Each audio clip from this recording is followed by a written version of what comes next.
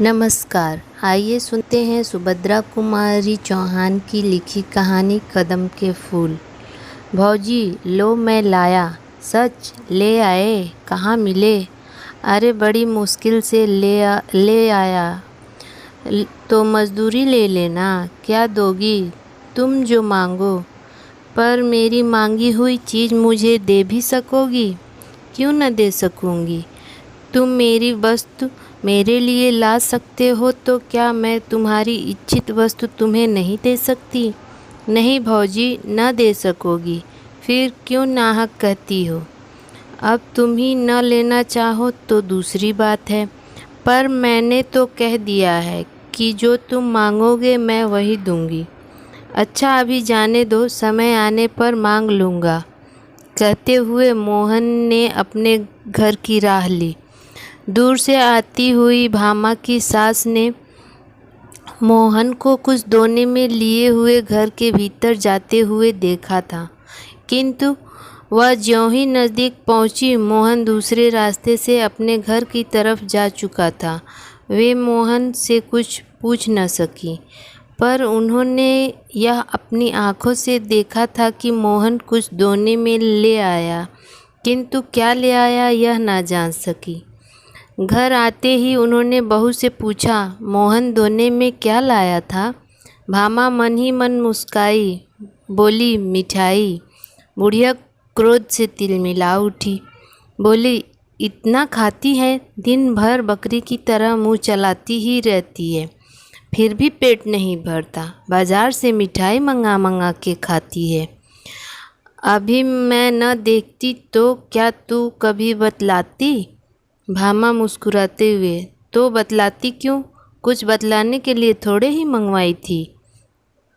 क्या मैं घर में कोई चीज़ ही नहीं हूँ? तेरे लिए तो मिठाई के लिए पैसे हैं, पर मैं पैसे दान दक्षिणा के लिए मांगूँ तो सदा मुँह से ना ही निकलती है। तेरा आदमी है तो मेरा भी तो बेटा है, क्या उसकी कमाई में मेरा कोई हक नहीं? मुझे तो दो चार सूखी रोटी छोड़कर कुछ भी न नसीब हो, और तू मिठाई मंगा मंगा के खा। कर ले जितना जी चाहे, भगवान तो ऊपर से देख रहा है, वह तो रोज़ सजा देगा ही। भामा मुस्कुराते हुए, क्यों कोस रही हो अम्मा जी? मिठाई एक दिन खा ही ली तो क्या हो गया? अभी रखी है, तुम भी ले लो ना।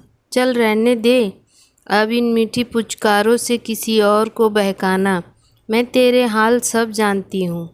तू समझती होगी कि तू जो कुछ करती है वह कोई नहीं जानता। मैं तो तेरी नस नस पहचानती हूँ। दुनिया में बहुत सी औरतें देखी हैं, पर सब तेरे तले। मुस्कुराते हुए, सब मेरे तले न रहेंगी तो क्या करेंगी? मेरी बराबरी कर लेना मामूली बात नहीं है। मैं वैसी वैसी थोड़े हूँ। चल चल, बहुत बड़प्पन न बघार, नहीं तो बड़प्पन निकाल दूंगी। भामा अब कुछ चिढ़ गई थी, बोली बड़प्पन कैसे निकालोगी अम्मा जी? क्या मारोगी? माँ जी को और भी क्रोध आ गया और बोली मारूंगी भी तो मुझे कौन रोके लेगा? मैं गंगा को मार सकती हूँ तो क्या तुझे मारने में कोई मेरा हाथ पकड़ लेगा? मारो, देखूँ कैसे मारती हो। मुझे वह बहू न समझ लेना जो सास की मार चुपचाप सह लेती है। तो क्या तू भी मुझे मारेगी? बाप रे बाप, इसने तो घड़ी भर में मेरा पानी उतार दिया। मुझे मारने को कहती है। आने दे गंगा को। मैं कहती हूँ कि भाई तेरी स्त्री की मार सहकर अब मैं इस घर में न रह सकूँगी। मुझे अलग झोपड़ा डाल दे, मैं वहीं पड़ी रहूँगी। जिस घर में सास को मारने के लिए खड़ी हो जाए बहू, वहाँ रहने का धर्म नहीं। यह कहते कहते माँ जी जोर जोर से रोने लगी। भामा ने देखा कि बात बहुत बढ़ गई है। वह बोली, मैंने तुम्हें मारने को तो नहीं कहा था माँ जी, क्यों झूठ मूठ कहती हो? हाँ, मैं मार तो चुपचाप किसी की ना सहूँगी। अपने माँ बाप की नहीं सही तो किसी और की क्या सहूँगी? चुपचाप ना सहोगी, मुझे भी मारेगी ना? वही बात हुई ना? यह मखमल में लपेट लपेट कर कहती है तो क्या मेरी समझ में नहीं आता। माँ जी के ज़ोर ज़ोर से रोने के कारण आसपास की कई स्त्रियां इकट्ठी हो गईं। भामा की तरफ सहानुभूति रखने वाली थी कई, माँ जी की तरफ, पर इस समय माँ जी को फूट फूट कर रोते देखकर सबने भामा को ही भला बुरा कहा। सब माँ जी को घेरे बैठ गई। भामा अपराधिनी की तरह घर के भीतर चली गई। भामा ने सुना माँ जी आसपास बैठी हुई स्त्रियों से कह रही थी, आप तो दोना भर मिठाई मंगा कर खाती है और मैंने कभी अपने लिए पैसे धेले की चीज़ के लिए भी कहा हो तो फौरन ही टका सा जवाब देती है, कहती है पैसे ही नहीं हैं। इसके नाम से पैसे आ जाते हैं, मेरे नाम से कंगाली छा जाती है। किसी भी चीज़ के लिए तरस के मांग मांग के जीभ घिस जाती है, तब जी में आया तो ला दिया, नहीं तो कुत्ते की तरह भूखा करो। या मेरा घर हाल ऐसा है, आज भी दोना भर मिठाई मंगाई है, मैंने ज़रा पूछा तो मारने के लिए खड़ी हो गई। कहती है मेरे आदमी की कमाई खाती हूँ, किसी के बाप की क्या खाती हूँ। उसका आदमी है तो मेरा भी तो बेटा है, उसका बारे आना हक तो मेरा चार आने तो होगा ही। पड़ोस की एक दूसरी बुढ़िया बोली, राम राम राम, यह पढ़ी लिखी होशियार है, पढ़ी लिखी है तो क्या हुआ, अकल तो कौड़ी के बराबर नहीं है।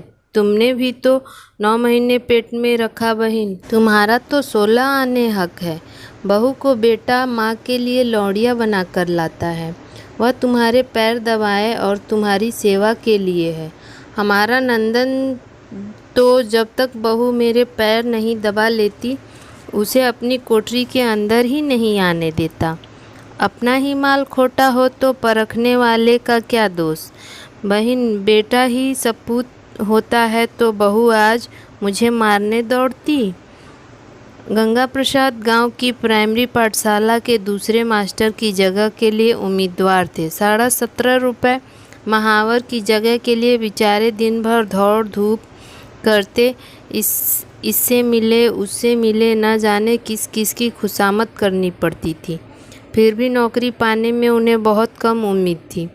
इधर वे कई मास से बेकार बैठे थे। भामा के पास कुछ जेवर थे जो हर माह गिरवी रखे जाते थे और किसी प्रकार काट कस कर घर का खर्च चलता था। भामा पैसों को दांते तले दबाकर खर्च करती थी। सास और पति को खिलाकर स्वयं आधे पेट ही खाकर पानी से ही भर उठती थी। कभी दाल का पानी ही पी लिया करती, कभी साग उचलकर ही पेट भर लिया करती।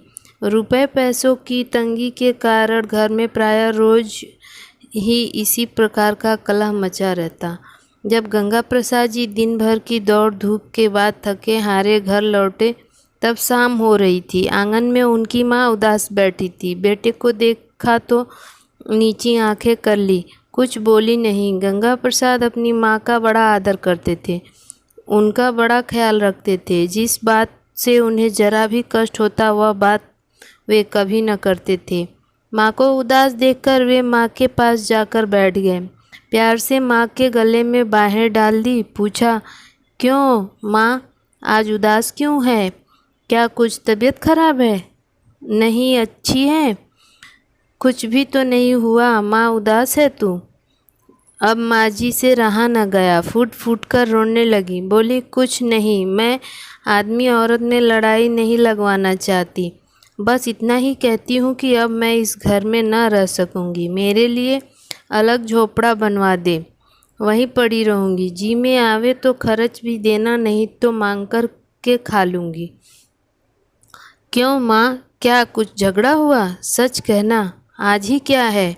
यह तो 30 दिन की बात है। तेरी घरवाली ने मोहन से मिठाई मंगवाई, वह दोना भर मिठाई मेरे सामने लाया। मैं ज़रा पूछने गई तो कहती है, हाँ मंगवाती हूँ, खाती हूँ, अपने आदमी की कमाई खाती हूँ, कुछ तुम्हारे बाप का तो नहीं खाती।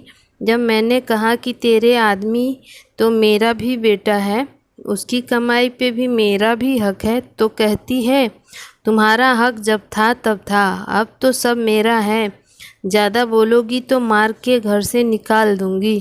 तो बाबा तेरी औरत है, तू ही उसकी मार सह। मैं मांग के पेट ही भले ही भर लूँ, पर बहू के हाथ की मार न खाऊंगी। गंगा प्रसाद अब न सह सके, बोले, बहू तुझे मारेगी माँ? मैं ही न उसके हाथ पैर तोड़कर डाल दूंगा। कहते हुए वे हाथ की लकड़ी उठाकर बड़े गुस्से से भीतर गए। भामा को डांटकर पूछा, क्या मंगाया था तुमने मोहन से? गंगा प्रसाद के इस प्रश्न के उत्तर में कदम के फूल थे भैया। कहते हुए मोहन ने घर में प्रवेश किया। तब तक भामा ने दोना उठाकर गंगा प्रसाद के सामने रख दिया। दोने में 8-10 पीले पीले गोल गोल बेसन के लड्डुओं की तरह कदम के फूलों को देखकर गंगा प्रसाद को हंसी आ गई। मोहन ने दोने से एक फूल कहा, कितना सुंदर है यह फूल भौजी। धन्यवाद। मेरी कहानी पसंद आई हो तो चैनल को सब्सक्राइब और वीडियो को लाइक कीजिए।